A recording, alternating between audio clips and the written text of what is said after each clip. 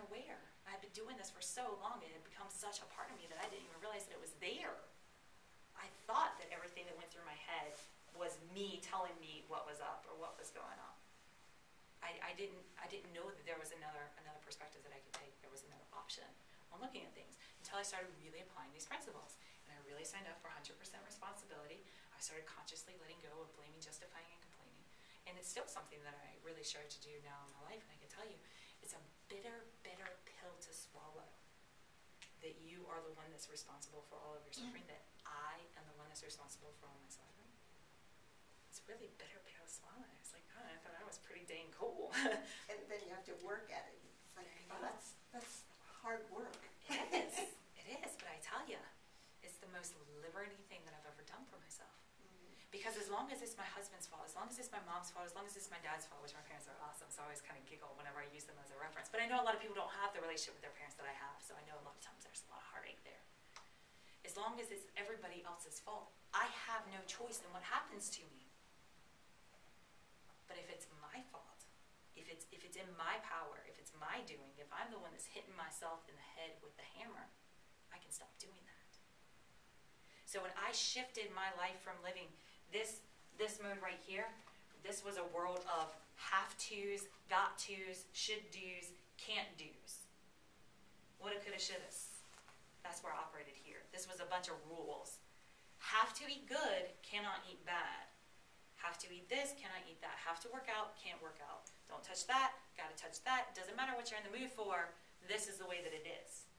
When I let go of the have-tos and can-dos and changed it into choosing, I choose to, that gave me a lot of my power back.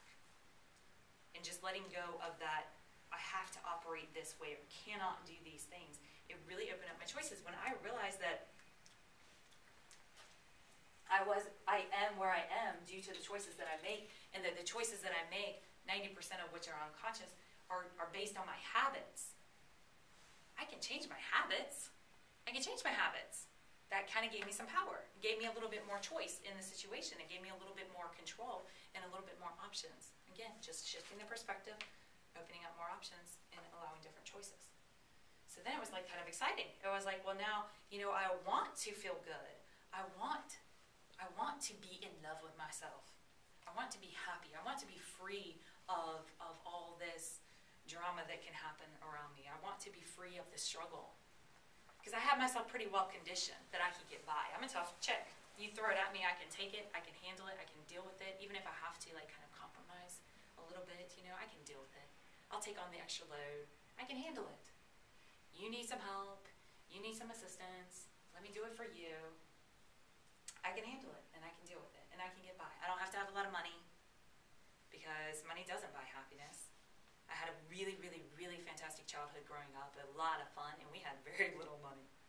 Very little money.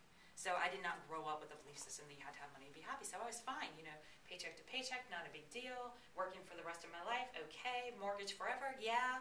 Expect that. College loans, yeah, they'll be there. Even though that was 12 years ago. 50 years ago, however long, they're always going to be there. That was part of my belief system, that they would always be there, and I was okay with that. And then one day I realized, I was like, just getting by is one of the most selfish things that I can do.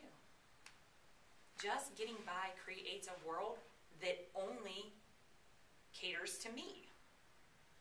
It doesn't help anybody, and you know what? I'm not really enjoying it all that much, so it's not even really serving me.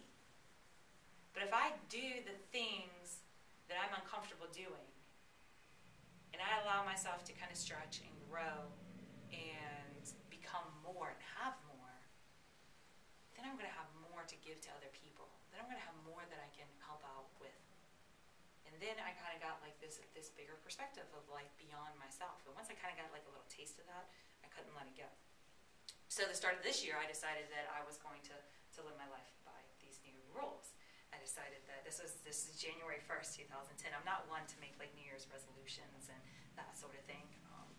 But I just decided, I was like, okay, this year I'm going to feel the fear, and I'm going to do it anyway. And I'm going to notice where I have resistance in my life, and I'm going to start to get to the root of what that resistance